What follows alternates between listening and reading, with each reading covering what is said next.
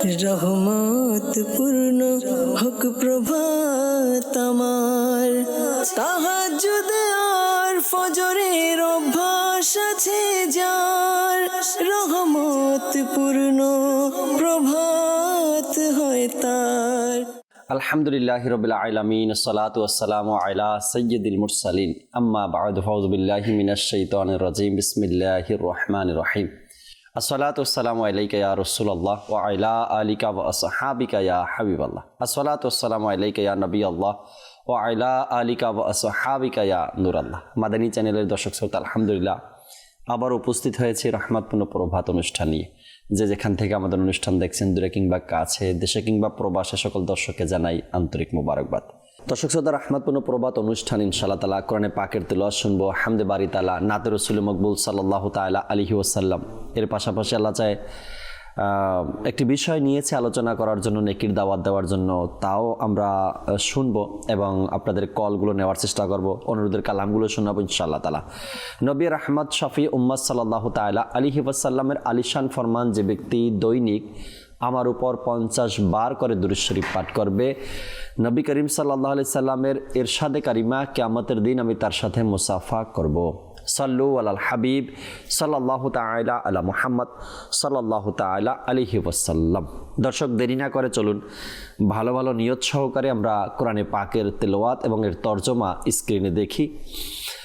আর আল্লাহ তাবারক ওয়া তাআলার যে হুকুম আহকাম আমাদের উপর রয়েছে, আমরা সেই হুকুমগুলো মেনে চলার চেষ্টা করি। ভালো ভালো নিয়ত করে নিই কোরআনে পাকের তেলাওয়াত শ্রবণ করার পূর্বে। জি, আমাদেরকে কোরআনে পাকের তেলাওয়াত শুনিয়ে দিন। أعوذ بالله من الشيطان الرجيم. بسم الله الرحمن الرحيم. والشمس تجري لمستقر لها ذلك تقدير العزيز العليم. والقمر قدرناه منازل حتى عاد كالعرجون القديم. لا الشمس ينبغي لها أن تدرك القمر ولا الليل سابق النهار وكل في فلك يسبحون. صدق الله العظيم. সুবহানাল্লাহ, সুবহানাল্লাহ। আল্লাহ তাবারক ওয়া তাআলার যে ইরশাদে কারিমা, বান্দা যতক্ষণ পর্যন্ত এই কোরআনের সাথে সম্পর্ক রাখবে বা রাখে, ততক্ষণ পর্যন্ত বান্দা হেদায়েতের পথে থাকে, ততক্ষণ পর্যন্ত বান্দা আল্লাহ তাবারক ওয়া তাআলার শরীয়তের যে হুকুম রয়েছে, সে হুকুমের মধ্যেই সে সময় অতিবাহিত করে। যখনই সে কোরআন থেকে সম্পর্কটা ছিন্ন করে দেয়, কোরআন থেকে সম্পর্ক ছিন্ন করার মানে হলো এই হুকুমগুলা না মানা, হুকুমগুলা এড়িয়ে চলা এবং নিজের স্বার্থে সেই কোরআনের হুকুমকে বিভিন্ন দিকে নিয়ে যাওয়া। এটাই তো কোরআনকে সাথে না রাখা, কোরআনের সাথে না থাকা, কোরআনের হুকুম মোতাবেক না চলা, তাই না? তো আল্লাহ তাবারক ওয়া তাআলার দরবারে দোয়াও করতে হবে, মাওলা আমাকে তোমার পাক কোরআনের হুকুম আহকামগুলো তুমি যে ইরশাদ করেছো তা আমাদেরকে আমল করার, পালন করার সে তৌফিক আমাদেরকে দান করো। দর্শক শ্রোতা, চমৎকার এক টপিক আজ নিয়েছে আলোচনা করার জন্য। আমার যুবক ভাইদের ইবাদতের প্রতি আরও উৎসাহ, জজবা, মন মানসিকতা বেড়ে যাবে আল্লাহ চাই ইনশাআল্লাহ তাআলা। যদি আমরা কোরআনে পাকের মধ্যে আল্লাহ তাবারক ওয়া তাআলার হুকুম দেখি যে আল্লাহ তাআলা কি ইরশাদ করেছেন যৌবনকালের ব্যাপারে, এবং হাদিসে পাকের মধ্যে নবী করিম সাল্লাল্লাহু তাআলা আলাইহি ওয়াসাল্লাম এই যৌবনের ইবাদতের ব্যাপারে কি বলেছেন, তবে আমাদের স্পষ্ট হবে যে যৌবনের ইবাদতের কত গুরুত্ব রয়েছে। আজকের আলোচনার বিষয় যৌবনে ইবাদতের ফজিলত। এই বয়সে, এই যৌবনে যে ইবাদত করে, আল্লাহ তাবারক ওয়া তাআলা তার ইবাদত নিয়ে প্রশংসা করেন। আল্লাহ তাআলার ফেরেশতারা যুবকের যৌবনের ইবাদত নিয়ে প্রশংসা করেন। নবী করিম সাল্লাল্লাহু তাআলা আলাইহি ওয়াসাল্লামও যৌবনকালে যারা ইবাদত করছে তাদের ইবাদত নিয়ে প্রশংসা করেছেন, এমন হাদিসে পাক রয়েছে। এবং তাদের জন্য দোয়া করেছেন, এমনও হাদিসে পাক রয়েছে। ইনশাআল্লাহ তাবারক ওয়া তাআলা আব্দুল মুত্তালিব ভাই আমাদের সাথে আছেন, তার থেকে গুরুত্বপূর্ণ আলোচনাগুলো শুনবো আজকের অনুষ্ঠানে। আলোচনা তো অবশ্যই করবে, নিয়ে শুনবো ইনশাআল্লাহ তাআলা। যৌবনে ইবাদতের ফজিলত, জুনায়েদ ভাই আমাদের সেটে আছেন, অনুষ্ঠানে আছেন। জুনায়েদ ভাই থেকে একটি হামদে বারি তাআলা আগে আমরা শুনি, এরপরে ইনশাআল্লাহ তাআলা আজকের বিষয় নিয়ে আমরা আলোচনা করব। জুনায়েদ ভাই হামদে বারি তাআলা শোনাতে। सल्ले अला रसूलिना सल्ले अला मुहम्मदिन सल्ले अला हबीबिना सल्ले अला मुहम्मदिन। हम भी मदीने जाएंगे आज नहीं तो कल सही, हम भी मदीने जाएंगे आज नहीं तो कल सही। आका हमें बुलाएंगे आज नहीं तो कल सही। सल्ले अला रसूलिना सल्ले अला मुहम्मदिन।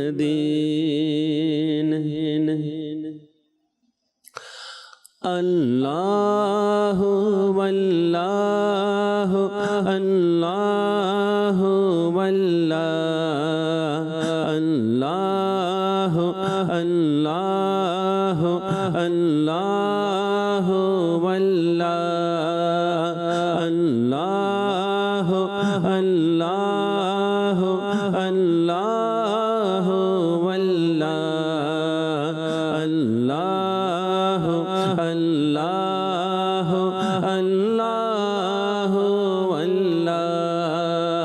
तुम्हार प्रेम राखो विभोर या इलाही, ना पाए जेन खोजे निजे के इलाही।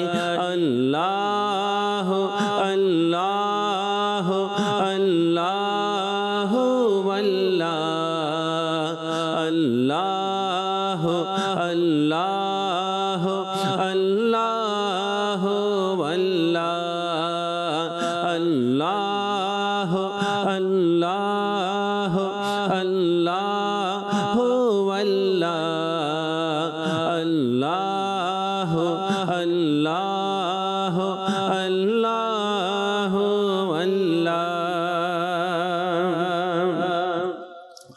অযথা কথা থেকে বেঁচে সর্বদা, অযথা কথা থেকে বেঁচে সর্বদা করি যেন তোমার জিকির ইয়া ইলাহি, করি যেন তোমার জিকির ইয়া ইলাহি। আল্লাহ আল্লাহ আল্লাহ ওয়াল্লাহ আল্লাহ আল্লাহ আল্লাহ ওয়াল্লাহ আল্লাহ আল্লাহ আল্লাহ ওয়াল্লাহ আল্লাহ আল্লাহ আল্লাহ ওয়াল্লাহ।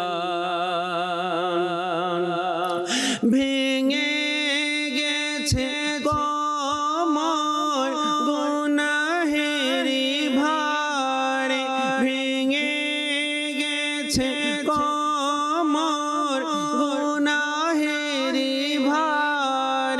কি হবে হাসরে আমার ইয়া ইলাহি কি হবে হাসরে আমার ইয়া ইলাহি আল্লাহ আল্লাহ আল্লাহ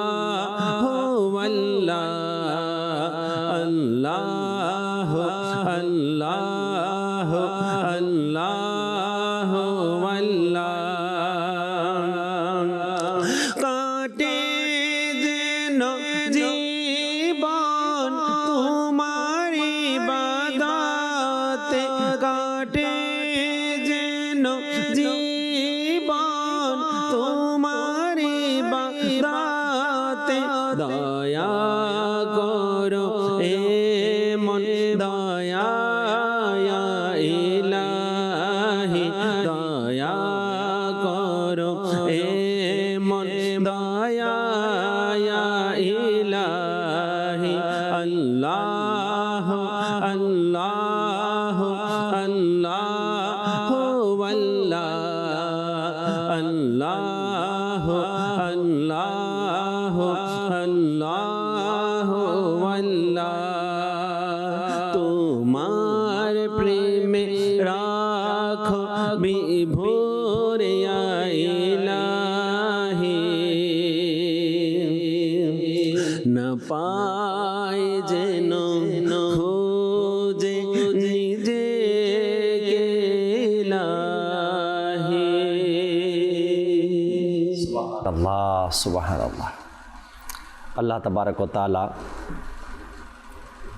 এভাবে সবসময় নিজেকে নিজের জন্য দোয়া করে থাকা, গুনাহ থেকে বাঁচার, আল্লাহ তাআলার হুকুম আহকামগুলো পালন করার, নবী করিম সাল্লাল্লাহু তাআলা আলাইহি ওয়াসাল্লামের সুন্নতের উপরে আমল করার দোয়া করতে থাকা।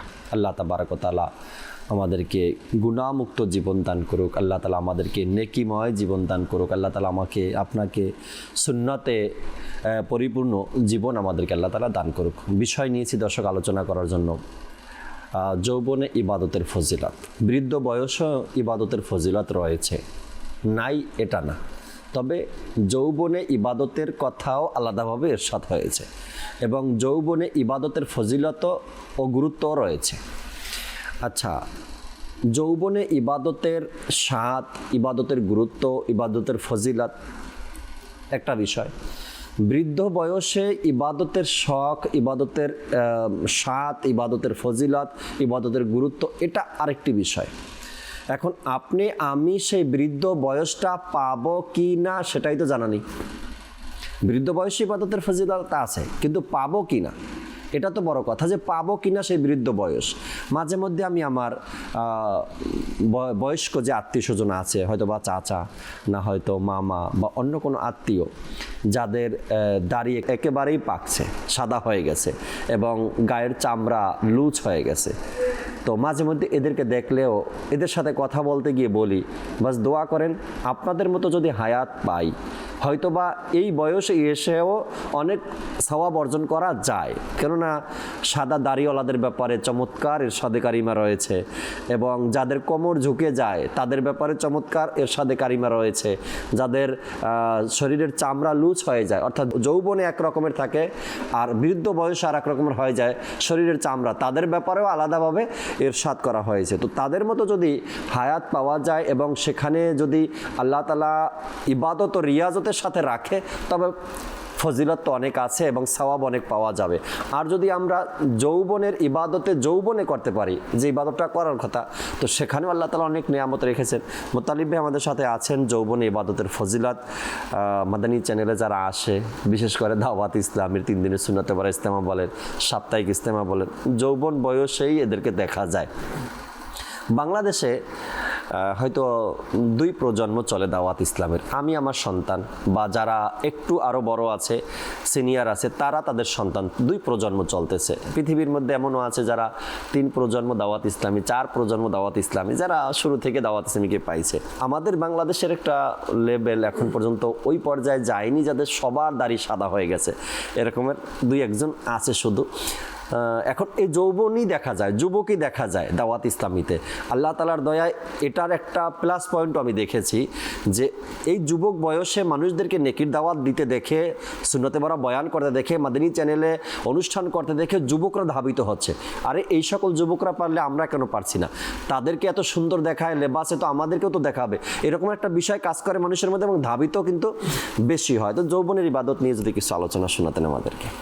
আলহামদুলিল্লাহি রাব্বিল আলামিন ওয়াসসালাতু ওয়াসসালামু আলা সাইয়্যিদিল মুরসালিন আম্মা বা'দ ফাআউযু বিল্লাহি মিনাশ শাইতানির রাজিম বিসমিল্লাহির রহমানির রহিম। আলহামদুলিল্লাহ, আল্লাহ পাকের শুকরিয়া আদায় করছি যে মহান রব তাআলা তার জিকির, আজকার এবং ইসলামের যে আলোচনাগুলো রয়েছে, বিশেষত যুবকদের যে গুরুত্ব ইসলামের মধ্যে রয়েছে, আমরা যদি ইতিহাস দেখি, যাদের বদৌলতে আজ ইসলাম এ পর্যন্ত এসে পৌঁছেছে তারা যুবকই ছিলেন।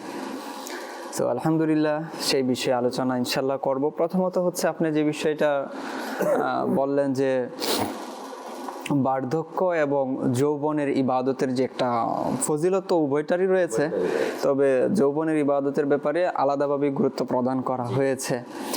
আর এর কেনই বা করা হবে না, এই যে বিষয়টা রয়েছে যে যখন চামড়া কুঁচকে যায়, ভাঁজ পড়ে যায় চামড়ার মাঝে, এর আগে যখন আপনি পরিপূর্ণ শক্তিশালী, আপনি যা ইচ্ছা মঞ্চে আপনি তা করতে পারেন, আপনি যদি ন্যায় নিষ্ঠাবান হন, আপনার মধ্যে যদি নেতৃত্ব দেওয়ার কোয়ালিটি থাকে, গুণ থাকে, তাহলে আপনি পুরো বিশ্বকে জয় করতে পারেন।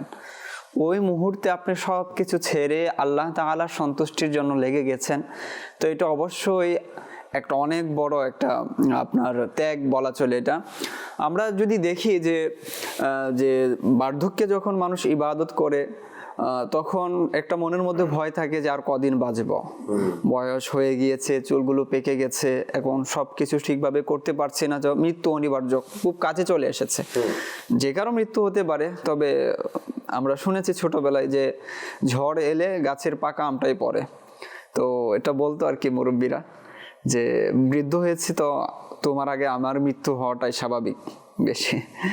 তো ওই ভয় থেকে অনেকেই বৃদ্ধ বয়সে দেখা যাচ্ছে, যৌবনে অনেক ছোটাছুটি করেছে, বৃদ্ধ বয়সে ইবাদত করছে, যে চলে আসছে। কিন্তু যদি ইখলাস থাকে, সেটা তো একটা আন্তরিকতা থাকে, লজ্জিত হয়, অনুশোচনা করে, মাওলা আফসোস যৌবন তো আমি কাটাতে পারিনি ভালো মতো, এখন এই বয়সে এসে তোমাকে সেজদা করছি, মাওলা কবুল করো। একবার যদি ভিতর থেকে অনুশোচনাটা আসে, রবের দরবারে কবুল হতে কতক্ষণ লাগে, তাই না?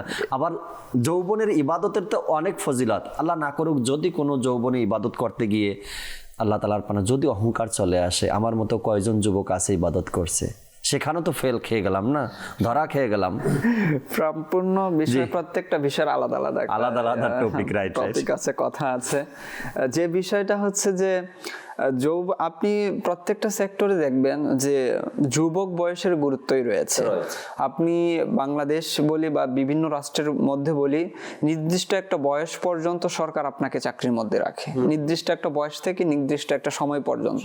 কেন?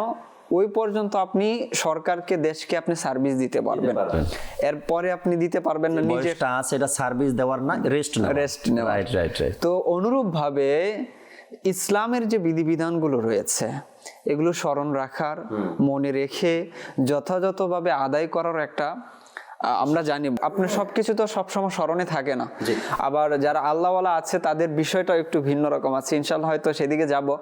তো যেমনি ভাবে আপনি রাষ্ট্র বলেন, আপনি কোনো জায়গায় কাজ করছেন, নির্দিষ্ট একটা সময় পর্যন্ত আপনাকে রাখে, কেননা সেই সময়টা তার কাছে গুরুত্ব আছে। অনুরূপভাবে আল্লাহ তাআলা যে আপনাকে বয়স দিয়েছেন, বয়সের একটা ক্যাটাগরি আছে, শৈশব, কিশোর, অতঃপর যুবক, অতঃপর বৃদ্ধ। তো যৌবন বয়সটা হচ্ছে আল্লাহ তাআলার নিকট সবচেয়ে গুরুত্ব, আল্লাহ তাআলার নিকট সবচেয়ে পছন্দনীয়, এবং এটা ব্যক্তির জন্য খুবই গুরুত্বপূর্ণ। আপনি যদি দেখেন যে যখন গণিত পরীক্ষা হয়, তো ছাত্ররা জানে যে এই অধ্যায় থেকে প্রশ্ন আসবে, আবার কিছু কিছু অধ্যায় আছে অধ্যায় থেকে তো আসবে, তবে নির্দিষ্ট একটা পরিচ্ছেদও বলা হয় যে এই পরিচ্ছেদ থেকে প্রশ্ন আসবেই। তখন ছাত্ররা কি করে, ওইটার প্রতি একটু বেশি ফোকাস করে। অনুরূপভাবে যদি আমরা কিয়ামতের দিনের প্রশ্নগুলোর দিকে তাকাই, সর্বপ্রথম প্রশ্ন হবে জীবন সম্পর্কে, জীবন অতিবাহিত কিভাবে করেছ। এখন জীবনের মধ্যে তো যৌবনকালও আছে, কিন্তু আল্লাহ পাক আলাদাভাবে আরো একটি প্রশ্ন রেখেছেন যৌবনকালের ব্যাপারে। অর্থাৎ জীবনের মধ্যে যৌবনকাল থাকার পরও যৌবনকালকে আলাদাভাবে প্রশ্ন করার মাধ্যমে বান্দাকে বোঝাচ্ছে যে এর কিন্তু একটা আলাদা গুরুত্ব আছে, এর একটা আলাদা মূল্য আছে। বান্দা এই সময়টাই তার যেভাবে সে চাইলেই করতে পারে, কারণ তার শক্তি আছে।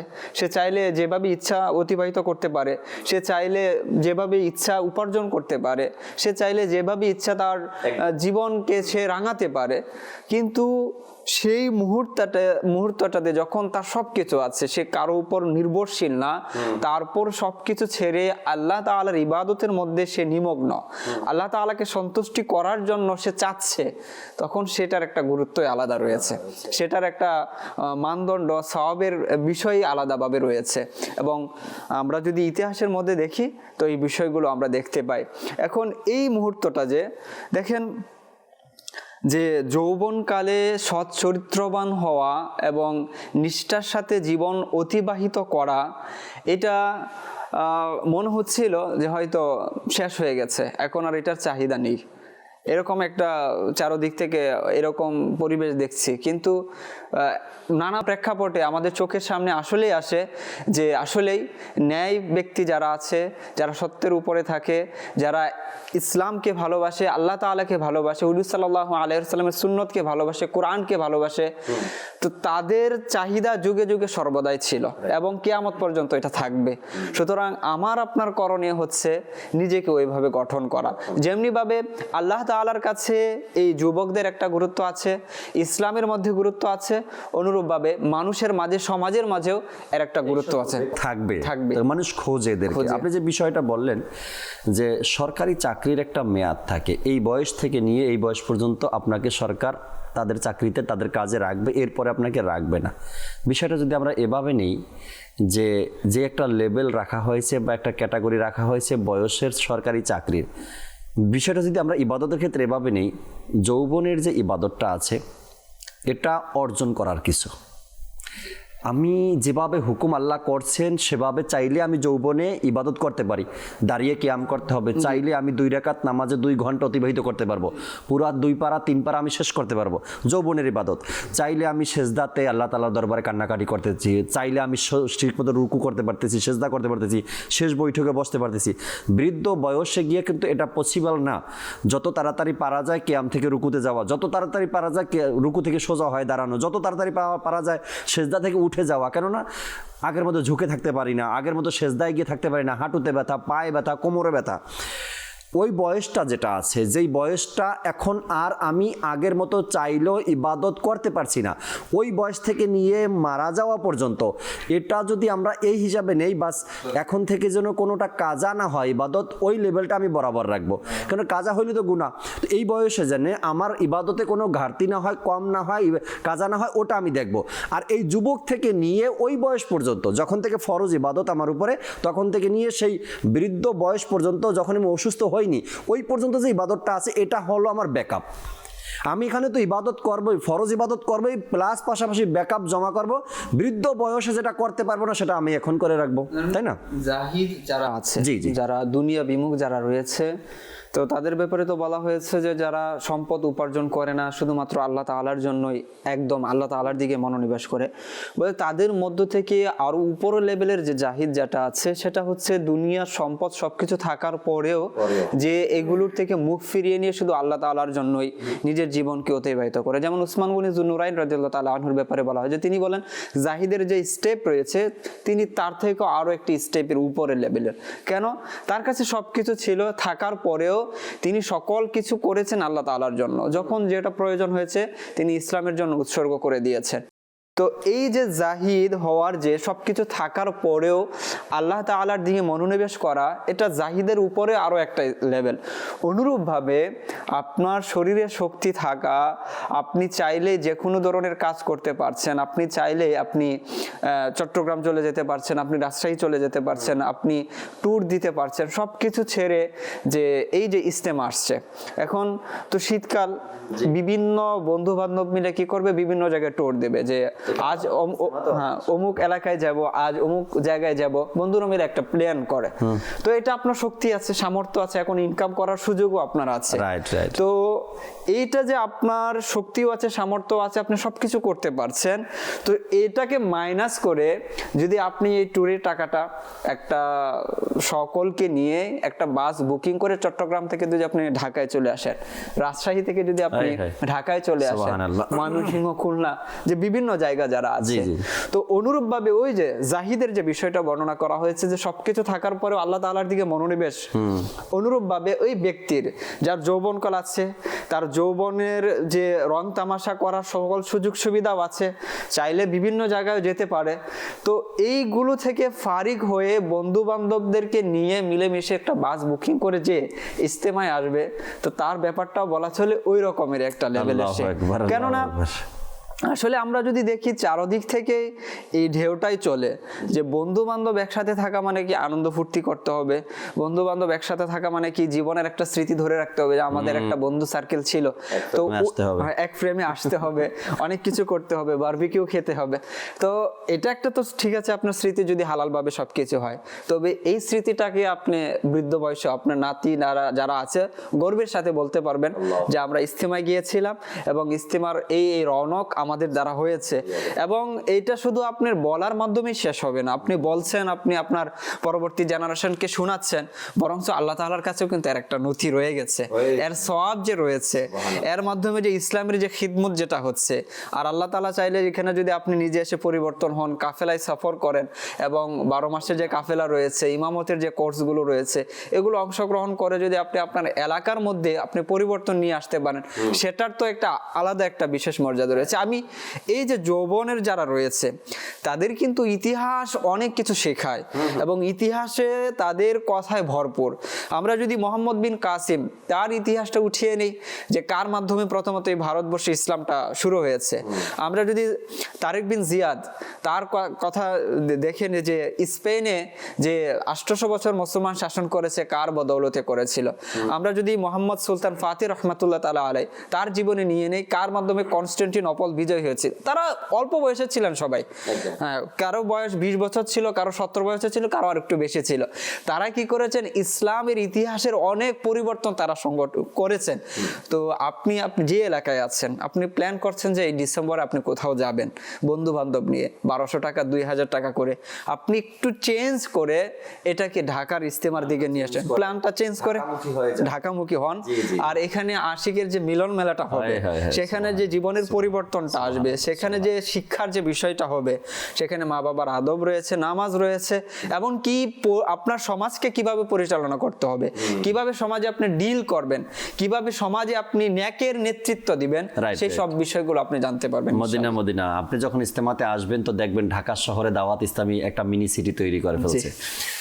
বিগত ইজতেমার রাতের ফুটেজগুলো যখন আপনারা দেখেন, হয়তো বা ওই ফিলটা আপনারা পান, দেখেন আপনারা মাঝে মধ্যে, হয়তো আমরা ইজতেমার সময় ওই দৃশ্যটা আমরা দেখতে পাই না ব্যস্ততার কারণে, যে কেমন একটা পরিবেশ। যখন ড্রোনের ফুটেজগুলো এখন দেখি তখন মনটা শান্তি হয়ে যায় যে ঢাকার জমিনে একটা দাওয়াত ইসলামী ছোট্ট একটা মিনি শহর 3 দিনের জন্য তৈরি করে ফেলেছে, এমন একটা সুব্যবস্থা সেখানে থাকে। শহর তো সেই শহর বলতে তো এখন নানান ধরনের ফিতনার যে বিষয়গুলো রয়েছে, তো এটা এমন এক শহর, সেটা ফিতনার না, সেটা হচ্ছে বাগান, মানে জান্নাতের এক টুকরো বাগানের মতো শহর। জান্নাতের যে বাগান বলা হয়, ইলমির আলোচনা হবে, সেখানে সুন্নত অনুযায়ী খাবার খাওয়া হবে, সেখানে দাঁড়িয়ে সালাতে সালাম হবে, সেখানে প্রতিনিয়ত আপনাকে করণীয় কি রয়েছে, মা বাবা মারা গেলে তার জানাজার তার গোসল কিভাবে দিবেন, জানাজা কিভাবে পড়াবেন, কাফন দাফন কিভাবে করাবেন, এই যে বিষয়গুলো রয়েছে, এই বিষয়গুলো মূলত হচ্ছে এক টুকরো জান্নাতের বাগান, যেটাকে ইলমে দিনের মজলিসকে বলা হয়েছে।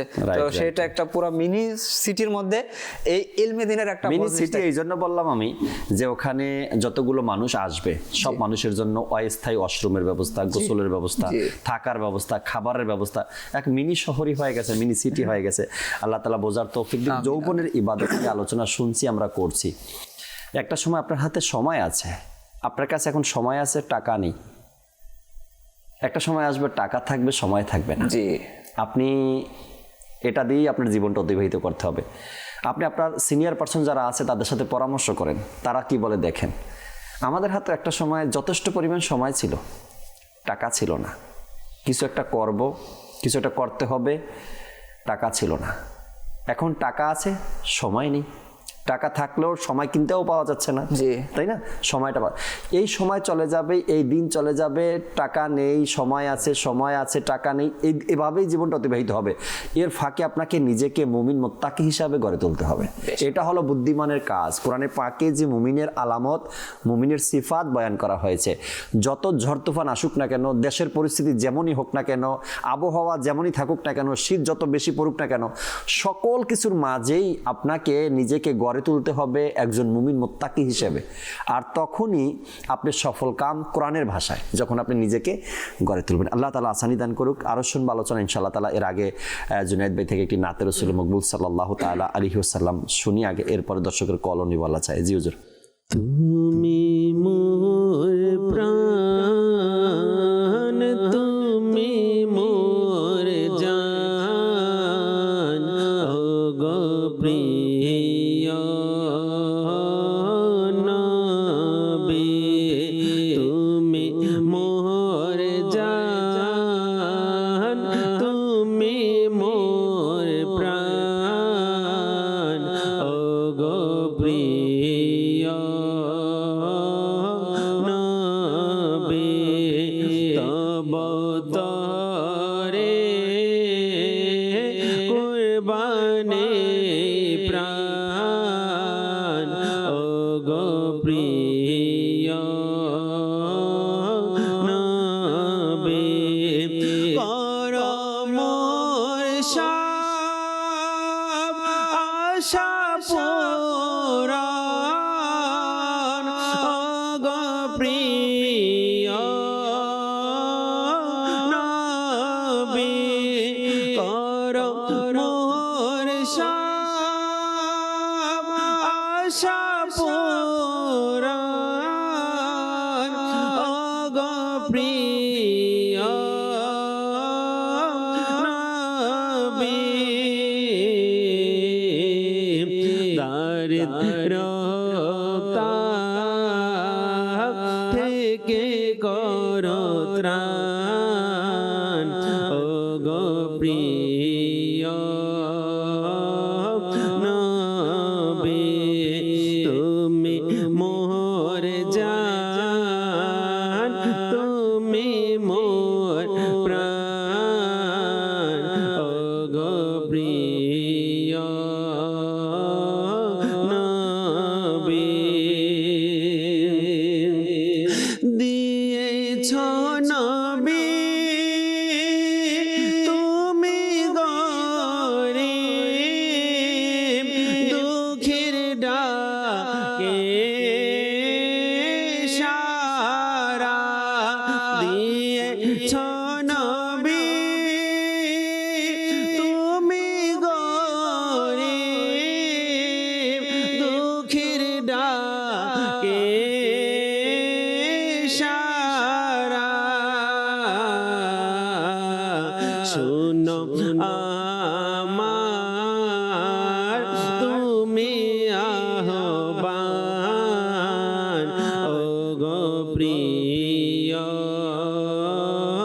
নবী, শুনো আমার তুমি আহ্বান, ও গো প্রিয় নবী, মদিনার পাগল বলে লোকে যেন আমায় ডাকে, মদিনার পাগল বলে লোকে যেন আমায় ডাকে, এই নামে কত যে শান, ও গো প্রিয় নবী, মদিনায়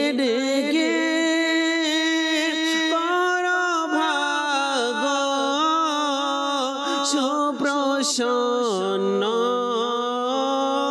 আমার মদিনায় ডেকে কর ভাগ সুপ্রসন্ন আমার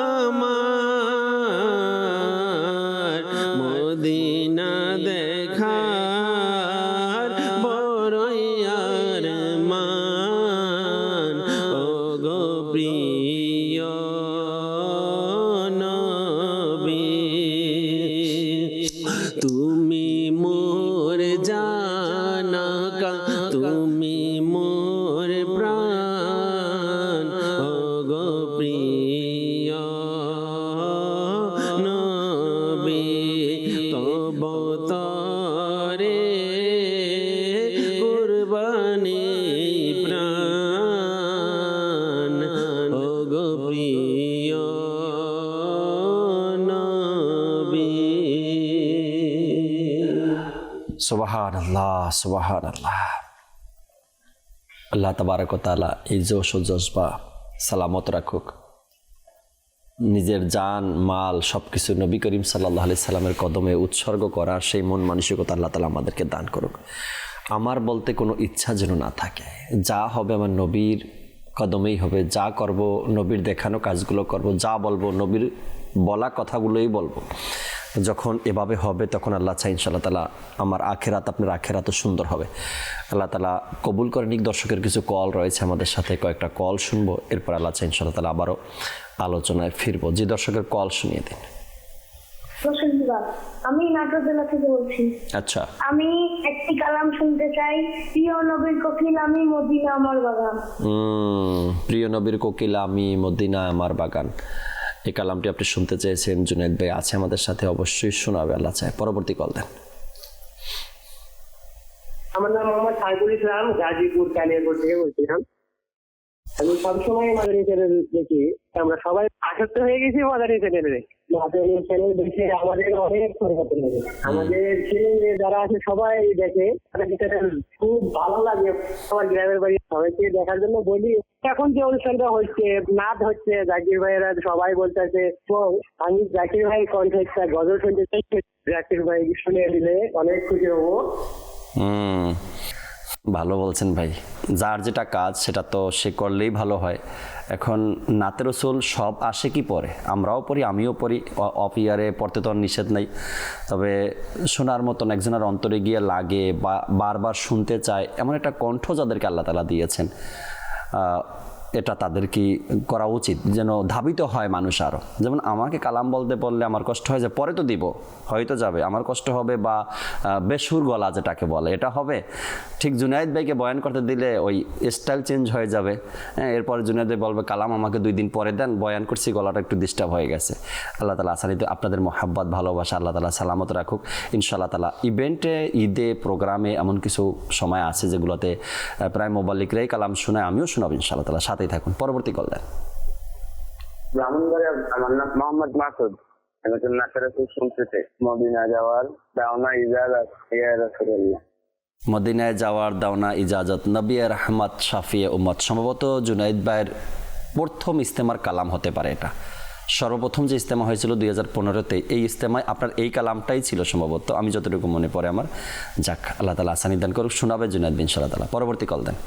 আমার নাম মোহাম্মদ মাস্টার, আমি দোকানে বসে আপনাদের চ্যানেলে সবসময় দেখি, খুব ভালো লাগে, খুব সুন্দর লাগে। আমার জন্য দোয়া করবেন।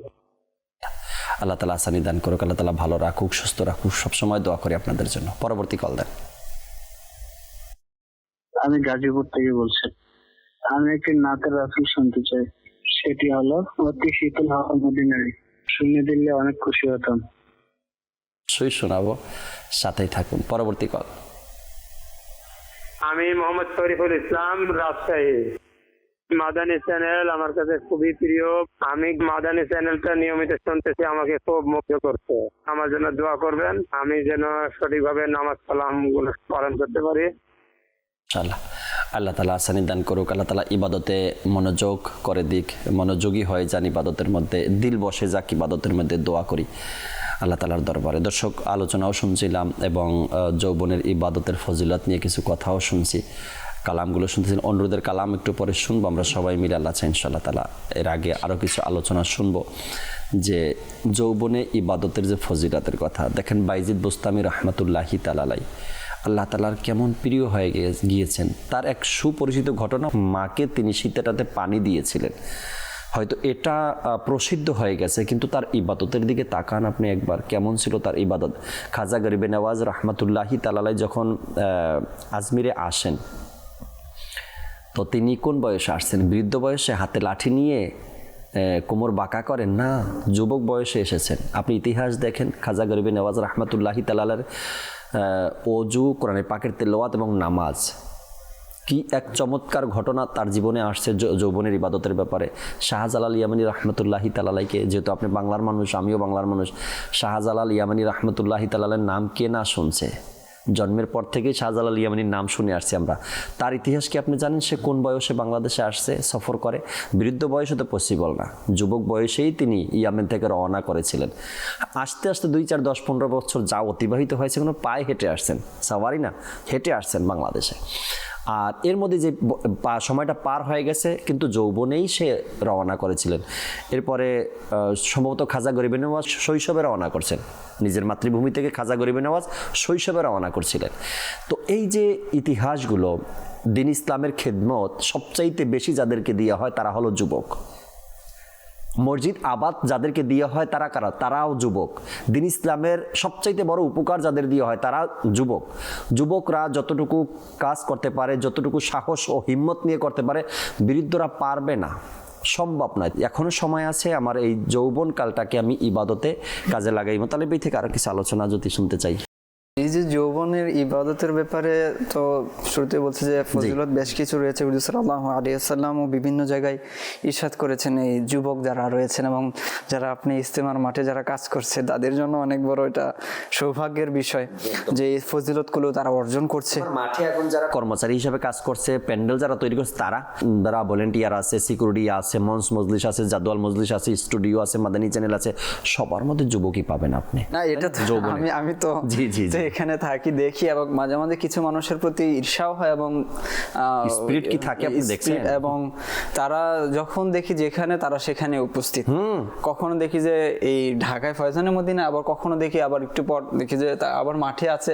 এক হাদিসে পড়েছি যে আল্লাহ তাআলা বান্দাদেরকে প্রতিনিয়ত কিছু দিতে থাকেন, আর তন্মধ্য হতে উত্তম যে বিষয় পাওয়ার সেটা হচ্ছে যে কোনো নেক কাজের তৌফিক পাওয়াটা আল্লাহ তাআলার পক্ষ থেকে। এটা আল্লাহ তাআলার এক বড় নিয়ামত যে এই যুবক যারা এই নেক কাজের মধ্যে যারা আছে, ইস্তেমার ময়দানে আছে এমনটাই নয় যে ইস্তেমার মাঠে যে বাস ভর্তি করে বিভিন্ন জায়গা থেকে আসবে, এর পিছনেও আমাদের যুবকদের অনেক ভূমিকা রয়েছে।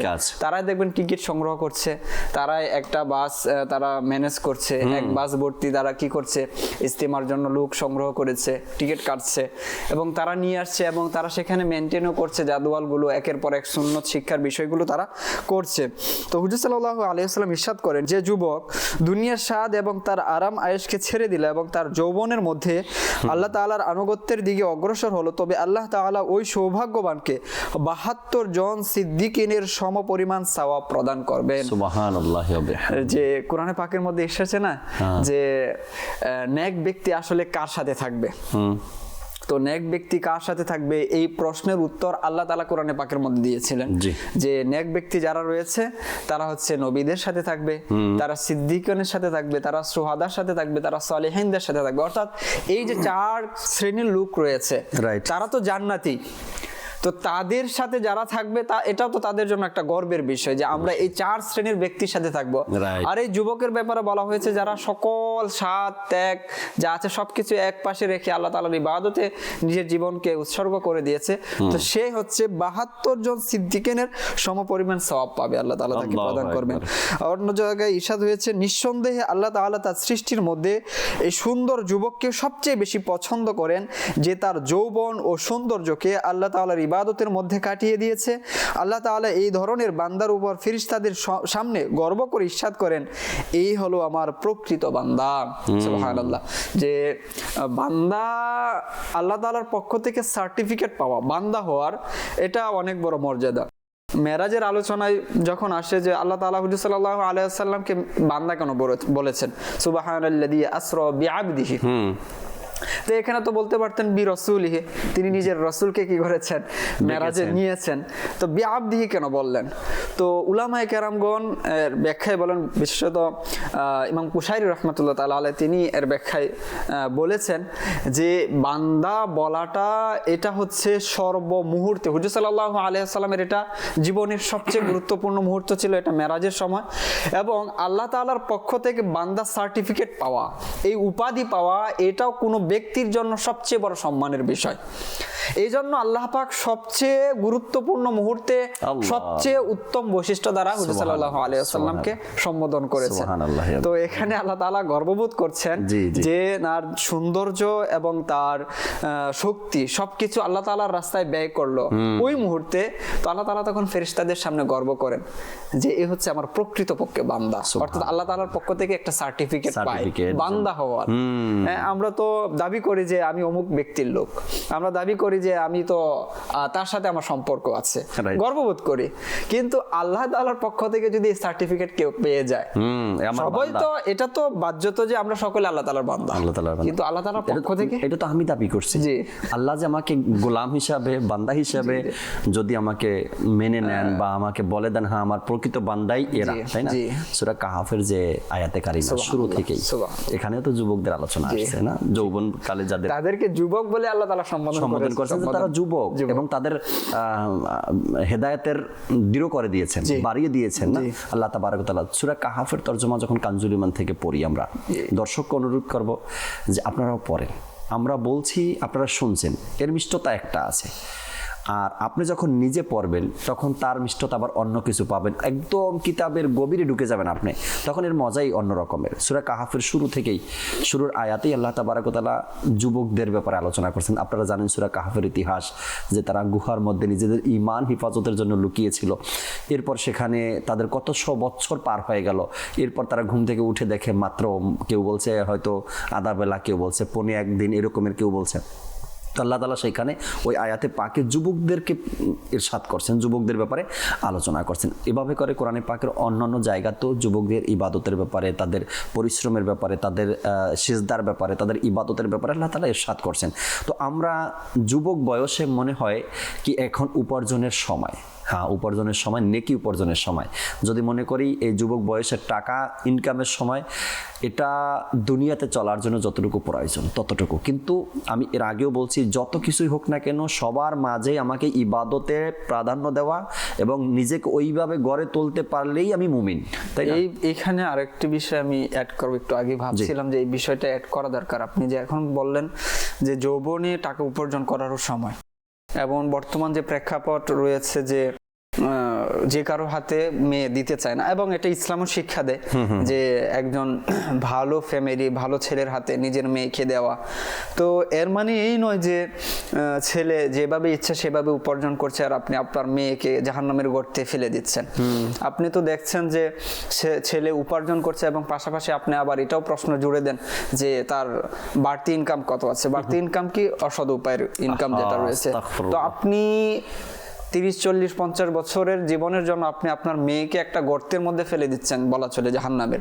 কিন্তু আমাদের পূর্ববর্তী বুজুর্গগণ তারা এই জীবনের সুখটা দেখছেন না, যে আমার মেয়ে হালাল উপার্জন করবে, হালাল খাবে, হালাল ভক্ষণ করবে, তারা সেই দিকে দেখতেন। এবং হুজুর সাল্লাল্লাহু আলাইহি ওয়াসাল্লামের যে বাণী, যে যার শরীরের একটু অংশ কি হলো হারাম উপার্জন দ্বারা তৈরি হলো, সেটা জাহান্নামে জ্বলবে। যে আবু বকর সিদ্দিক রাদিয়াল্লাহু তাআলা আনহু যে আঙ্গুল লুকিয়ে বমি করেছিলেন, তিনি কেন করেছিলেন? এবং শেষে বলেছিলেন যে আমি চাই না যে একটু দানাও যেন সেখানে থেকে যায় এবং এটা দ্বারা যেন কোনো একটা অংশ আমার তৈরি হয়, আর কেননা সেটা জাহান্নামে জ্বলবে, এই ভয়ে। দেখেন আমাদের পূর্ববর্তী বুজুর্গগণ তারা সন্ধান করতেন ওই যুবকদেরকে। আজ যুবকরা ইবাদত থেকে, ইলমে দিন থেকে দূরে সরার অন্যতম আরেকটা মাধ্যম হচ্ছে এটা যে ভালো ফ্যামিলির মেয়ে পাবো না আমার উপার্জন না থাকলে, আমাকে কেউ কন্যা দিবে না, আমাকে সমাজে কেউ মূল্য করবে না। এবং সমাজ এভাবেই তৈরি হয়ে গেছে এখন, যে টাকা পয়সা থাকলেই সম্মান, অন্যথায় কোনো সম্মান নেই। ভদ্রতা, সভ্যতা, আখলাক, চরিত্র, ইবাদত, রিয়াজত, এখন আর এটাকে ওটা মনে দেখে হয় না, কি শুধু আমাদের সবকিছু প্রয়োজন নেই। টাকার উপরে চলে আসছে। কিন্তু একজন বাবা হিসাবে, মেয়ের বাবার কথা বলছি, একজন বাবা হিসাবে আকল তো এটাই থাকা দরকার ছিল, ওই আল্লাহওয়ালা ব্যক্তিদের মতন পূর্বের জমানায় যারা এভাবে খুঁজতো যে আমি আমার মেয়েটাকে যেন এমন একটা ছেলের কাছে দিতে পারি, আর কিছু না থাকলেও কমপক্ষে নামাজের মহব্বত তার মধ্যে আছে, নামাজই আছে। এমন একজন, একটা ঘটনা আমি পড়ছিলাম এরকমের, যে এক লোক, সে এক যুবকের সাথে দেখা হলো, তো কথাবার্তা বলতেছিল, পরিচয় নিল, কি করো, কোথায় থাকো, কথা বলতে বলতে ওই যুবক থেকে সে বের করছে এই কথা যে আগামী অক্তে আমি কি খাবো ওটাও আমি জমা রাখি না, আমার কাছে এমন কিছু নেই যে আমি আগামী অক্ত নিয়ে আমি ভাবি না, বাস আল্লাহ তাআলা আল্লাহর বান্দা, আল্লাহ সবাইকে মাখলুককে রিজিক দিয়ে আমাকে এভাবে দিবেন, আমি আগামী অক্তে কি খাবো এটা নিয়ে আমি কখনো টেনশন করি না। তো সে বাড়িতে গেল, ঘরের মানুষের সাথে পরামর্শ করলো, নিজের মেয়েকে ওই ছেলের সাথে বিয়ে দেওয়ার সিদ্ধান্ত নিয়ে নিল যে আমি যদি আমার মেয়েকে বিয়ে দিই তবে এই ছেলের সাথেই আমি বিয়ে দেবো। তো কেউ প্রশ্ন করলো যে আপনি এমন অসহায় একজন ছেলের সাথে নিজের মেয়ের বিয়ে কি কেন দিচ্ছেন? তো মেয়েরও ইচ্ছা এটাই ছিল, বাবাকে শেয়ার করছে, বাবা আমাকে যদি দিতে দাও তো এমন কাউকে দিও, দুনিয়ার লোভ অন্তরে আছে এমন কাউকে দিও না আমাকে, দুনিয়ার লোভ যার মধ্যে নেই তার কাছে আমাকে দিও। তো এমন একজন যুবক পেয়ে, ইবাদত গুজার, আল্লাহওয়ালা এবং দুনিয়ার প্রতি লোভ নাই, এমন একজন ছেলে পেয়ে বাবা তার মেয়েকে দিয়েছেন। এটা আল্লাহওয়ালা ব্যক্তিদের শান, তাদের শান। এটা কমপক্ষে আমরা ইবাদত গুজার দেখি, বংশ দেখি, তাই না? অর্থ তো দেখবই, চাকরি একটা নর্মাল চাকরি করতেছে বাস হয়ে যাবে, কিন্তু ওই যে আপনি যেটা বলেন বাড়তি ইনকামের কথা এবং ভালো ফ্যামিলি খুঁজতে গিয়ে ওই ধরনের ফ্যামিলি যাদের আল্লাহ তাআলার মানে হারাম ইনকাম সোর্স বেশি, এটাকে যদি ভালো ফ্যামিলি বলা হয় তবে ভদ্রতা কোথায় গেল, সহনশীলতা কোথায় গেল, তবে চরিত্র আখলাক কোথায় গেল, তাই না? এই বিষয়গুলো আমরা দেখি না। হয়তো আপনার সন্তান, আপনার মেয়ে এমন একটা ছেলের সাথে আপনি বিয়ে দিচ্ছেন, পরবর্তী যে প্রজন্ম তার আসবে হারাম দ্বারা লালিত পালিত হবে, আর সেই হারাম দ্বারা লালিত পালিত হওয়া মানুষগুলো আপনার কতটুকু উপকারে আসবে? আপনি নিজের বিবেককে নিজে প্রশ্ন করিয়েন, আমার উপকারে কতটুকু আসবে? ভবিষ্যৎ প্রজন্ম যদি আমার উপকারে না আসে, আমার উপকারের মানেই হলো আমি দুনিয়া থেকে চলে যাওয়ার পরে কমপক্ষে স্মরণ রাখবে, ইসালে সওয়াব করবে, আলিম হবে, ইলমেদিন শিখবে, ইবাদত রিয়াজত করবে, আল্লাহওয়ালা হবে, এটাই আপনার চাওয়া পাওয়া ভবিষ্যৎ প্রজন্মকে নিয়ে। এছাড়া তো আপনি তাদের রোজগার খেতে পারবেন না, তারা যে ইনকাম করে ওটা তো আপনি পাবেন না, এর আগেই আপনাকে চলে। আপনার উচিত চাওয়া পাওয়া এটাই, আমার ভবিষ্যৎ প্রজন্ম যারা আসবে তারা যেন আমাকে স্মরণ করে, আমার জন্য ইসালে সওয়াব করে, আমাকে স্মরণ রাখে, তারা ইবাদত রিয়াজত করে, আল্লাহকে ভয় করে। এমন একটা পরিবেশ তৈরি করা বা এমন একটা ফ্যামিলির কাছে আপনার মেয়েকে তুলে দেওয়া হলো বাবার দায়িত্ব, তাই না? সাইদ বিন মুসাইব রাহমাতুল্লাহ তাআলা আলাইহি অত্যন্ত প্রসিদ্ধ বুজুর্গ, তাবি বুজুর্গ ছিলেন, এবং তার উক্তির ব্যাপারে উলামায়ে কেরামগণ, এটা একটা উসুল হাদিসের একটা রীতি। তো সাইদ বিন মুসাইব রাহমাতুল্লাহ তাআলা আলাইহির অনেক বড় আপনার ইলমে হাদিসের পাণ্ডিত্য তার ছিল এবং অনেক বড় আলিমে দিন ছিলেন, এবং আবু হুরায়রা রাদিয়াল্লাহু তাআলা আনহুর অন্যতম একজন ছাত্র ছিলেন এবং তার মেয়ের জামাতা ছিলেন সাইদ বিন মুসাইব রাহমাতুল্লাহ তাআলা।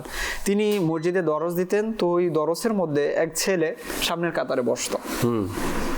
তো দেখতেন এই ছেলে আসতো, বসতো এবং বিভিন্ন সময় প্রশ্ন করে। তো তিনি অত্যন্ত খুশি হতেন যে যুবক একটা ছেলে এখানে আসে, ইলমে দ্বীন অর্জন করে। হঠাৎ তিনি দেখলেন যে কিছুদিন যুবক উপস্থিত নেই। তো জিজ্ঞাসা করলেন এই ছেলের কি হয়েছে? তো কেউ উত্তর দিতে পারলো না যে আসলে কি হয়েছে, আসছে না কেন। আবার কিছুদিন পর সেই ছেলে আবার উপস্থিত হলো, যে তখন জিজ্ঞাসা করলো মাহফিল শেষে, দরস শেষে, যে তুমি উপস্থিত কেন হলে না, এই কয়েকদিন আসছিলে না কেন, আমি তোমাকে খুঁজেছি, জিজ্ঞাসা করেছি। তখন তিনি বললেন যে আমার যে ওয়াইফ ছিল সে অসুস্থ ছিল, তো মারা গেছে, তো এই জন্য মনেও অনেক ব্যথিত ছিল এবং ওয়াইফ মারা গেছে, তো এই জন্য আমি আর আসতে পারিনি, আমার ক্লাস মিস হয়েছে এই জন্য। তো সাইদ বিন মুসাইব রাহমাতুল্লাহ তাআলা আলাইহি ক্লাস করালেন, আসরের সময় হয়ে গেল, ওই ব্যক্তি উঠে চলে যাবে। তখন তিনি বললেন যে তুমি দাঁড়াও, এখানে বসো, কথা আছে। তো বললেন যে ঠিক আছে, বললেন। পরবর্তীতে শেষ হলে, নামাজ বা আনুষঙ্গিক কাজ শেষ হলে তাকে বললেন যে আমার মেয়ে আছে, আমি তোমার কাছে বিবাহ দিতে চাই। তো বললেন হুজুর আমার তো কিছুই নেই। আপনি এত বড় সম্মানী ব্যক্তি, সাইদ বিন মুসাইব রাহমাতুল্লাহ তাআলা আলাইহি হচ্ছে সেই ব্যক্তি যে তিনি মুরসাল হাদিস বর্ণনা করলে কারো আপত্তি থাকে না, এটা গ্রহণ করে নেওয়া হয়। আল্লাহু আকবার। তার গ্রহণযোগ্যতা, তার বুজুর্গিয়ত, ইলমের প্রখর এমন ছিল। তো তিনি বললেন যে আমার কাছে কিছু নেই। তো বলে যে শোনো, সমস্যা নেই, তুমি রাজি আছো কিনা? বলে যে আমি রাজি আছি। তো সকলেই উপস্থিত হল এবং সকলের মধ্যে ঘোষণা করে দিলেন যে এই হচ্ছে ব্যক্তি, আমি আমার মেয়েকে তার কাছে বিবাহ দিচ্ছি। সকলেই হতভম্ব হয়ে গেলেন এবং সাইদ বিন মুসাইব রহমতুল্লাহ তাআলা আলাইহির মেয়ের জন্য তখনকার যুগের যে খলিফা, তার মেয়ের বিবাহ বিভিন্ন বড় বড় জায়গা থেকে বিবাহের প্রস্তাব এসে তিনি গ্রহণ করেননি। এমন একজন ব্যক্তি যার কাছে কিছু নেই, সে সংসার চালাবে, তার কাছে তার মেয়েকে এভাবে সকলের সামনে বলে দিলেন যে বিবাহ দিচ্ছেন। তো সেই যুবক তো চলে গেল ঘরের মধ্যে, গিয়ে ভাবতে লাগলো কি একটা বিষয় হলো, এটা কিভাবে হয়ে গেল। এমন একজন শায়েখ যার সাথে মানুষ কথা বলতেও ভয় পায়, যে এত বড় একজন আলিমে দ্বীন। তো ইশারের সময় তিনি ঘরের মধ্যে বসে আছেন, এই বিষয়গুলো নিয়ে ভাবছেন যে আসলে কি হলো। তো একজন ব্যক্তি দরজায় নক দিলে জিজ্ঞাসা করলেন কে? বলেন আমি সাহিব। বলেন সাহিব? তো তার মাথায় যত ধরনের সাহিব আছে পরিচিত, সকল সাহিবের চিন্তা ভাবনা এলো যে এই সাহিব হবে, ওই ব্যক্তি হতে পারে। যখন দরজাগুলো দেখলেন যে তার যে উস্তাদ তিনি, তো বললেন হুজুর, আমার মাথায় আপনি ব্যতীত যত সাহিব আছে সকলের চিন্তা ভাবনা এসেছে যে আপনি যে মুহূর্তে আসবেন, আমি ভাবতেই পারিনি, কল্পনাও করিনি। তো বললেন যে আমি আমার মেয়েকে সাথে নিয়ে এসেছি, আর আমি এটা চাই না যে আমার মেয়েকে বিবাহ দিয়েছি আর তুমি এইভাবে একা একা রাত অতিবাহিত করবে কষ্টের মধ্যে, তো আমি আমার মেয়েকে সাথে নিয়ে এসেছি। তো তিনি বলেন যে আমি প্রথমত ভেবেছিলাম এটাই যে হয়তো তখন আবেগের কারণে উনি আমাকে বিয়ে দিয়ে দিয়েছেন আমার সাথে, আর এখন হয়তো সেটা ফিরিয়ে নিতে এসেছেন, কথাটা যে তুমি এর থেকে ফিরে যাও। তো আমি তো এটাই ভেবেছি, কিন্তু আপনি তো এখন সেটারও অতিক্রম করে আপনি নিজের মেয়েকে সাথে নিয়ে এসেছেন। তো পরবর্তীতে আরো ধুমধামের সাথে এই বিবাহের বিষয়টা আগায়। তো তখনকার যুগের তারা এই ধরনের ব্যক্তিকে খুঁজে বের করত যে কে ইলমে দ্বীনের ব্যাপারে অগ্রগামী, কে দিনদারের ক্ষেত্রে অগ্রগামী, কে ইবাদতের ক্ষেত্রে অগ্রগামী, তাদের মেয়েকে তারা খুঁজে খুঁজে ওই সকল যুবকদের কাছে দিত। আর এই জন্য তখনকার যুগে এই সকল যুবকদেরকে বেশি পাওয়া যেত, কেননা তাদের একটা গুরুত্ব ছিল, মাহাত্ম্য ছিল, সমাজের মধ্যে সম্মান গুরুত্ব হিসেবে নিত, তাদেরকে দোয়া করা তো তাদেরকে দিয়ে, উদ্বোধন করতো তাদেরকে দিয়ে। এই সকল যুবক সমাজ থেকে হারিয়ে যাওয়ার কারণ একটা কিন্তু আমরা অবহেলা করছি। আমরা সমাজে আমরা ওই পরিবেশটা তৈরি করেছি যে টাকার গুরুত্ব বেশি, তুমি ভালো চাকরি করবে, তুমি ইনকাম যত বেশি করবে সেটা হালাল হোক হারাম হোক সেটা দেখার বিষয় নয়। আজ চারদিকে ফিতনা ছড়ানোর কারণে কিন্তু আমরাই। সুতরাং আমরা যদি এই বিষয়গুলোর প্রতি একটু দৃষ্টি দেই, আশা করা যায় সমাজে আরো এই ধরনের যুবক তৈরি হবে। আপনার ছেলেকে আপনি আরো স্মার্ট ভাবে তৈরি করেন। জি, কোরআনের হাফিজের পাশাপাশি আপনি ইংলিশ এমনভাবে লেখাপড়া করান যেন সে ইংলিশে কথা বলতে পারে। আপনার ছেলেকে হাদিসের হাফেজ বানানোর সাথে সাথে আপনি তাকে দুনিয়াবিও এমনভাবে লেখাপড়া করেন, ডক্টর বানান, ইঞ্জিনিয়ার বানান। যখন আপনার ইচ্ছা কি আমার সন্তানকে সমাজের মানুষ গুরুত্ব দেখ, একজন ইঞ্জিনিয়ার আপনার ছেলে বা অ্যাডভোকেট, সে রমজান মাসে তারাবি পড়াচ্ছে, হাফিজে কোরআন, অবশ্যই আপনার তখন গুরুত্ব থাকবে। আপনি করেন, নিষেধ নাই, দুনিয়াবি লেখাপড়া করান, কিন্তু তাকে কতটুকু ইলম শেখান, ততটুকু আলিম বানান যতটুকু তার প্রয়োজন, নিজে চলতে পারে, নিজের পরিবারকে চালাতে পারে। জুনায়েদ ভাই, অনুরোধের কালামগুলো যদি আমাদেরকে শোনাতেন, এরপরে আমরা শেষ দুই একটা কথা বলে সালাতু সালাম পাঠ করবো ইনশাআল্লাহ তাআলা। মদিনা যাবার দাও না ইজাজত, মদিনা যাবার দাও না ইজাজত, নবী রহমত শফিয়ে উম্মত, নবী রহমত শফিয়ে উম্মত, করাও ডেকে পান প্রেমের শরবত, করাও ডেকে পান প্রেমের শরবত, নবী রহমত শফিয়ে উম্মত, আমায় তুমি দাও এমন প্রতিভা, নেকির দাওয়াত যেন দেই সর্বদা।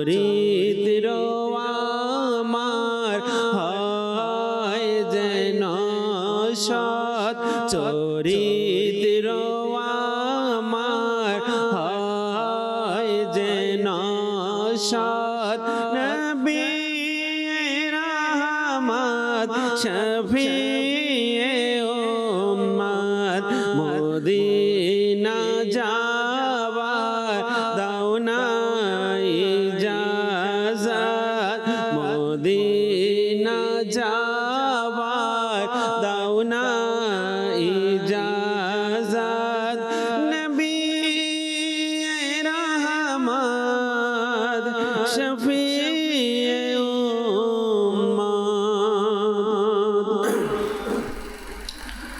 ঠান্ডা ঠান্ডা হাওয়া মদিনারে,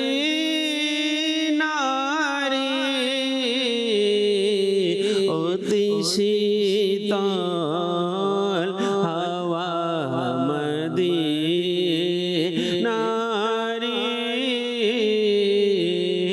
অতি শীতল হাওয়া মদিনারে,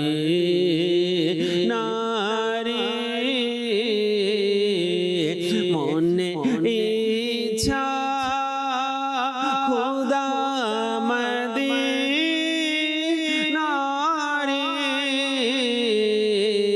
দেখাও গলি খোদা মদিনারে,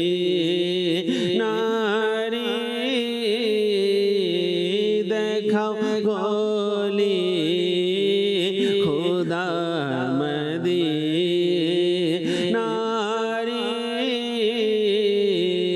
ঠান্ডা ঠান্ডা হাওয়া মদিনারে,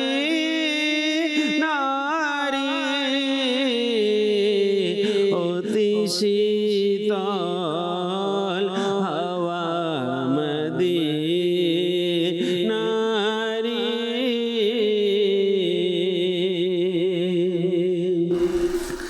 প্রিয় নবী কোকিল আমি মদিনা আমার বাগান, তারি ধ্যানে মগ্ন থাকি করি তারি গুণগান, প্রিয় নবী কোকিল আমি মদিনা আমার বাগান, তারি ধ্যানে মগ্ন থাকি করি তারি গুণগান, আল্লাহ আল্লাহ আল্লাহ আল্লাহ আল্লাহ আল্লাহ আল্লাহ আল্লাহ আল্লাহ আল্লাহ আল্লাহ আল্লাহ আল্লাহ মাশাআল্লাহ। আপনাদের অনুরোধের কালামগুলো আমরা শুনতেছিলাম দর্শক শ্রোতা, দেখতে দেখতেও সময় প্রায় শেষের দিকে। এত মানুষই আসছে, এত মানুষই আসবে, এত মানুষই রহমত নিতে থাকবে, দয়া নিতে থাকবে, দোয়া করে থাকবে, ইবাদত করে থাকবে, আপনি আর আমি কেন বঞ্চিত থাকবো? হ্যাঁ, এমার্জেন্সি সিরিয়াস কোনো বিষয় ওটা ভিন্ন একটা ম্যাটার। যদি আপনি ইজি থাকেন বা সুস্থ থাকেন বা স্বাভাবিক থাকেন তো অবশ্যই আপনার আসা উচিত এবং আসার দরকার। এজন্য কি জানি না এখানে কোন বান্দার চোখের পানি কবুল হয়ে যায়, জানি না এখানে কার সেজদা কবুল হয়ে যায়, জানি না এখানে কার দোয়া কবুল হয়ে যায়, তার সাদকায় তার উসিলায় আল্লাহ তাবারক ওয়া তাআলা যদি আপনার আমার ইবাদত রিয়াজত, আমার চোখের পানি, আমার সেজদা যদি আল্লাহ তাআলা কবুল করে নেন তো এটা অনেক বড় চাওয়া পাওয়া, অনেক একটা বড় বিষয় রয়েছে, তো আসা উচিত। শেষ এক দুইটা কথা মোতালিব ভাই থেকে শুনে আমরা সালাতু সালাম পাঠ করব ইনশাআল্লাহ। জি জি। আল্লাহ তাআলার এমন কিছু ফেরেশতা আছেন জি, যারা দুনিয়ায় আল্লাহ তাআলার জিকিরকারী যারা আছেন তাদেরকে খুঁজতে থাকেন, অর্থাৎ তাদের ডিউটি হচ্ছে এটা যে জিকিরকারী যারা আছে, আল্লাহ তাআলার তাসবিহ যারা পাঠ করে, হামদ যারা করে, তাদেরকে খোঁজা। যখন তাদের মধ্য হতে কোনো এক ফেরেশতা এরকম একটি মাহফিল পেয়ে যায় যেখানে আল্লাহ তাআলার জিকির হচ্ছে, আল্লাহ তাআলার স্মরণ হচ্ছে, আল্লাহ তাআলার নাম গুণকীর্তন এগুলোর চর্চা হচ্ছে, তখন সেই ফেরেশতা অপর ফেরেশতাদেরকে ডাকতে থাকে যে তোমরা যে কাজের জন্য দুনিয়ায় নিয়োজিত হয়েছে আসো, এখানে সেই মাহফিল হচ্ছে, এখানে সেই মজলিস বসেছে, আল্লাহ তাআলার জিকির হচ্ছে। তখন এভাবে আসতে থাকে ফেরেশতা, আস্তে আস্তে আস্তে তাদেরকে ঢেকে নেয় একদম, এত পরিমাণে ফেরেশতা চলে আসে। অতঃপর আল্লাহ তাআলা ফেরেশতাদেরকে বলতে থাকে যে আমার বান্দারা কেন এখানে উপস্থিত হয়েছে, কি করছে, কিন্তু আল্লাহ তাআলা তো ভালো জানেন। তো ফেরেশতা বলে যে আল্লাহ তাআলা তোমার জিকির করছে। বলা ফেরেশতাদেরকে দিয়ে, কারণ তোমরা একসময় বলছিলে না ফিতনা করবে এরা, আল্লাহ বলায় তাদেরকে দিয়ে। জি। তো তখন বলে যে এরা যে আমার প্রশংসা করছে, আমার জিকির করছে, এরা কি আমাকে দেখেছে? বলে দেখিনি তো, যদি দেখতো বলে তাহলে তো আরো প্রশংসা আরো বাড়িয়ে দিত, শান অনুযায়ী করতো। এখন তো না দেখে করছে মাওলা। কেন করছে? বলে জান্নাতের জন্য, জান্নাত দেখেছে, জান্নাত দেখিনি, যদি দেখতো তাহলে আরো বাড়িয়ে করতো। তো তাহলে কি থেকে মুক্তি চায় আমার বান্দারা? বলে জাহান্নাম থেকে মুক্তি চায়। তো জাহান্নাম কি দেখেছে? দেখেনি। তাহলে যদি দেখতো বলে তাহলে আরো তোমার কাছে ইস্তেগফার বেশি করে করতো, যেন এর থেকে মুক্তি পাওয়া যায়, পরিত্রাণ পাওয়া যায়। তখন আল্লাহ তাআলা বলেন যে তোমরা সাক্ষী থাকো, এর যারা আছে এদেরকে আমি ক্ষমা করে দিয়েছি।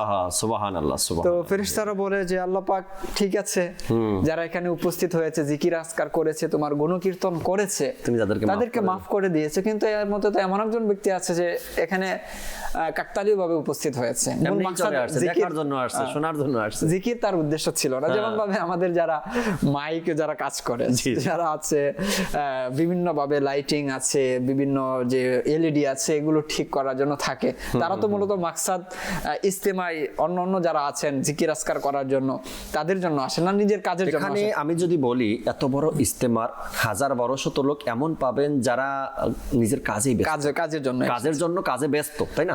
তাদের জন্য একটা যে এখানে কাজ করাটাও একটা সৌভাগ্যের বিষয় এই হাদিস অনুযায়ী। আর যারা আসছে তাদের কি ফজিলত, কেননা এই সকল যাদের ব্যাপারে আপনি বলছেন যে আল্লাহ তাদেরকে ক্ষমা করতেছে, তাদের খেদমতের জন্য তারা আছে, তাই না? তারা আছে। তো আল্লাহ তাআলা বলেন যে ওই যে ব্যক্তি এসেছে, যে শুধু কোনো কারণবশত চলে এসেছে, তাকেও মাফ করে দিয়েছি তাদের উসিলায়। তো একটা হচ্ছে যে যারা এসেছে এখানে হয়তো কোনো কিছু করেনি বা জিকির আজকারেও সম্পৃক্ত হতে পারেনি, তারও সুসংবাদ রয়েছে। তো ওই ব্যক্তি যারা মূলত জিকির আজকারের জন্য এসেছে, যারা ইলমে দ্বীন অর্জনের জন্য এসেছে, যারা তাহাজ্জুদের জন্য এসেছে, যারা আওয়াবিনের জন্য এসেছে, 5 ওয়াক্ত নামাজ ইবাদত হবে, সেখানে সুন্নত শিখানো হবে, এই জন্য এসেছে, তাদের ফজিলতটা কি? তাদের উসিলা ওই সকল ব্যক্তি যারা এর জন্য আসেনি, আল্লাহ তাআলা তাদেরকে মাফ করে দেন। আল্লাহ তাআলা কত বড় নিয়ামত আমাদের জন্য রেখেছেন। তো সুতরাং আমরা যারা আছি, তো আপনি যেটা বললেন, জানি না কার চোখের পানি আল্লাহ তাআলা কবুল করে নেবেন, এবং আমরা এও জানি যে 40 জনের মধ্যে কি থাকেন? একজন আল্লাহ তাআলা নেক বান্দা থাকেন।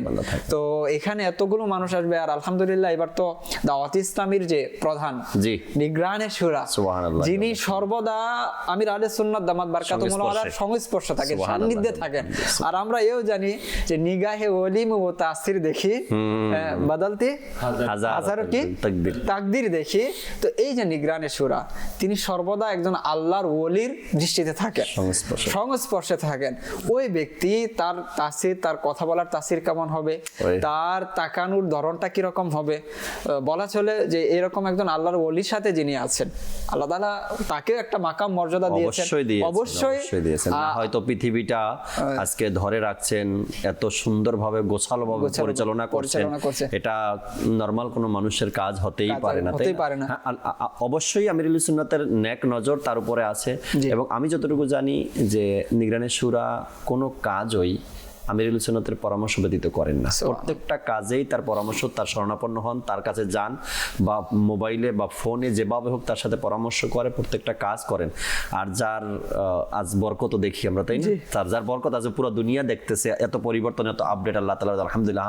যেটা মোতালিবে বলছিলেন, নিগরানে শুরা মাওলানা মুহাম্মদ ইমরান আত্তারি সাল্লামাহুল বারি 3 দিনের সুন্নাতে ভরা ইজতেমায় উপস্থিত থাকবেন। পৃথিবীতে স্কলার অনেক আছে এবং খুবই চমৎকারভাবে গুছিয়ে মনোমুগ্ধকর শালীন ভাষায় কথা বলেন।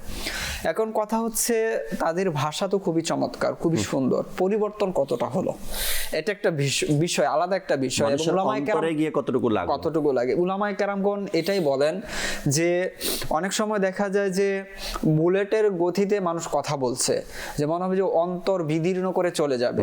আবার কেউ হচ্ছে যে খুবই কোমল ভাবে আস্তে আস্তে কথা বলছে, বাহ্যতভাবে তো এতটা মনে হচ্ছে না যে প্রভাব পড়বে। কিন্তু আল্লাহ পাক ওই সকল ব্যক্তি যারা আছেন, যাদের যাদের আখলাক, চরিত্র, নৈতিকতা, যাদের মাধ্যমে ইসলামের কাজ হচ্ছে, পুরো পৃথিবীতে পরিবর্তন আসছে। যদিও বাহ্যতভাবে দেখি যে কথার মধ্যে তো ওরকম কিছু দেখছি না, কিন্তু পরিবর্তনটা কিভাবে আসছে, এটা হচ্ছে একটা প্রভাব, তাসির, এটাকে বলা হয়। জি, ইবাদতের পাওয়ার এটা। হ্যাঁ, আমি আপনি জানি না যে আসলে আমার পরিবর্তনটা কার কথার মাধ্যমে আসবে, কার কথার মাধ্যমে আসবে। ওই সকল আল্লাহওয়ালা যারা আছেন তাদের কথার মাধ্যমে আসবে। তারা যে কথাটা বলছেন, আমি আপনি বুঝি না বুঝি, আল্লাহ তাআলা যদি দয়া করেন, রহমত করেন, ওইটার মাধ্যমে আপনার জীবনে প্রভাব আসবে, পরিবর্তন আসবে। তো আমাদের চেষ্টা থাকা উচিত এইরকম একজন ব্যক্তি যখন আলোচনাটা করবে সেখানে আমি যেন উপস্থিত থাকি। জানি না তার কোন কথাটা আমার হৃদয়ে গিয়ে প্রভাবিত করে এবং আমার জীবনকে পরিবর্তন করে। আমার মন নিজে নিজেই পরিবর্তন হয়ে যায় না, আর দেরি কেন, আমি নিজেই তওবা করি এবং ফিরে আসি ইসলামের পথে। আল্লাহ তাবারক ওয়া তাআলার ঘর খানায় কাবার তাওয়াফের ব্যাপারে যে কথা এসেছে, তুমি এলান করো। তো প্রশ্ন করলো, আমি এলান করলে কি দুনিয়ার মানুষের কাছে পৌঁছাবে, আমার আওয়াজ যাবে? বলা হয়েছে তোমার কাজ আওয়াজ দেওয়া, দুনিয়ার মানুষের কান পর্যন্ত পৌঁছানোর দায়িত্ব রব তাআলার। তো কোনো ব্যক্তি কথা বলছে, নেককার বান্দা, ওই আওয়াজটা আমার দিলের মধ্যে প্রভাবিত, এটা আল্লাহ তাআলার দয়ায় আসবে, এটা মানতে হবে আমাদেরকে। আল্লাহ তাআলা বোঝার আমল করার তৌফিক দিক। আসুন আমরা যেখানে আছি দাঁড়িয়ে সালাতু সালাম পাঠ করি। ইয়া নবী সালাম আলাইকা, ইয়া রাসূল সালাম আলাইকা, ইয়া হাবিব সালাম আলাইকা, সালাওয়াতুল্লাহ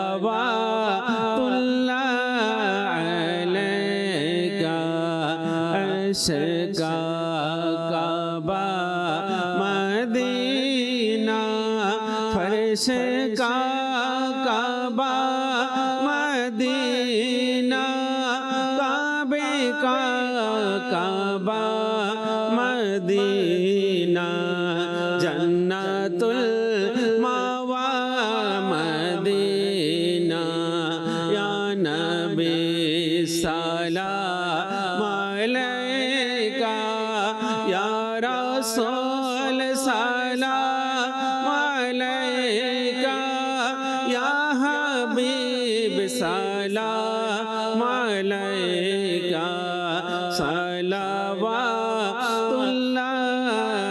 আলাইকা, মুস্তাফা জানে रहमत बेला हो सलाम, शमे बज में हिदायत पे लाखो सलाम, गौसे आज़म इमामों का बन्नों का जलवाए शान कुदरत पे लाखो सलाम, डाल दे कल्बों में अज़मते मुस्तफ़ा सैयदी आला हज़रत पे लाखो सलाम, फैज़ से जिनके लाखों